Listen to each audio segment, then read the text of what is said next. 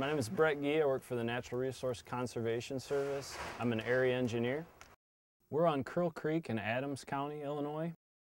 Stream bank stabilization or stream bank restoration is our attempt to try to prevent the stream from washing away our bank and exposing our soils and washing our soils away. The site behind me, we had some major stream bank erosion concerns. The producer was putting concrete in over the last few years trying to stabilize this. And we came in and did some longitudinal peak stone toe protection to kind of prevent that toe of the bank from eroding away. And so far so good. It's about a year old at this point. When we go about choosing a practice, we first need to look at what the channel is doing to that bank, what the stream is actually doing to that bank. We have a couple practices that we use. We use stream barbs a lot in NRCS work, and we use stone toe protection, longitudinal peak stone toe protection. And the big thing to look at is the toe of that bank and how that's eroding and how active the erosion is against the bank. When the erosion in the stream is right at the bottom of right at the toe of our bank and it's really working hard on that curve, we're going to use barbs. Barbs are more of an active practice. We're actually moving the channel a little bit. We're pushing the high velocities and the erosion. We're going to push that portion out into the center of the channel.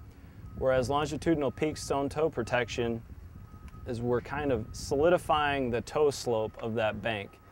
So when the stream comes in, it's kind of working on the toe a little bit at a time, and then the bank fails down to the peak stone and form a gradual slope. It needs to find a slope that it's comfortable at. The soil properties are stable at that slope, and then you'll see vegetation start to grow up from that soil at that point. This here is an example of longitudinal peak stone toe protection that was put in several years ago. We start with a triangle or a windrow of rock along the toe of the bank, and over time we have the bank kind of slough to a stable slope back on the back side of our peak stone, and then we have some sedimentation also.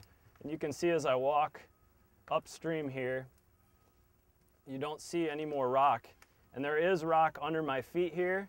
You can see where the stream has dropped sediment in here and just completely filled up the area. And now we have a very stable stream bank. A stream is a dynamic system. It's an active system. It's always moving, always changing.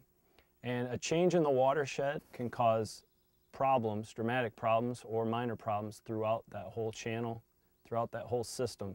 Stream bank erosion and concerns start way up in your watershed.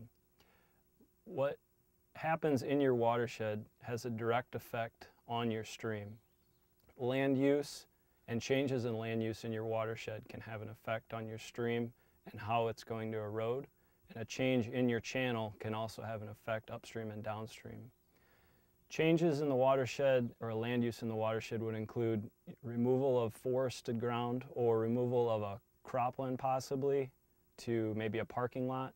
So you have a removal from one land use where water doesn't run off quite as fast as maybe a parking lot where water is going to move very quickly. A channel wants a constant slope, and if it doesn't have that constant slope, if someone steepens that channel and it gives it a greater slope, it's going to downcut or it's going to wash its banks out to try to get back to that constant slope where it's comfortable. When we approach these stream bank stabilization practices, we try to design on certain storms, but we can't design for everything and for every possible option Mother Nature throws at us.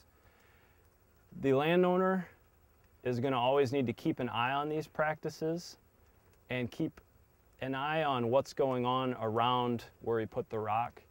If we have some washing, we may need to do a little bit of maintenance on those areas. But if you stay on top of these practices, over time they should take care of themselves and it should be very little maintenance required.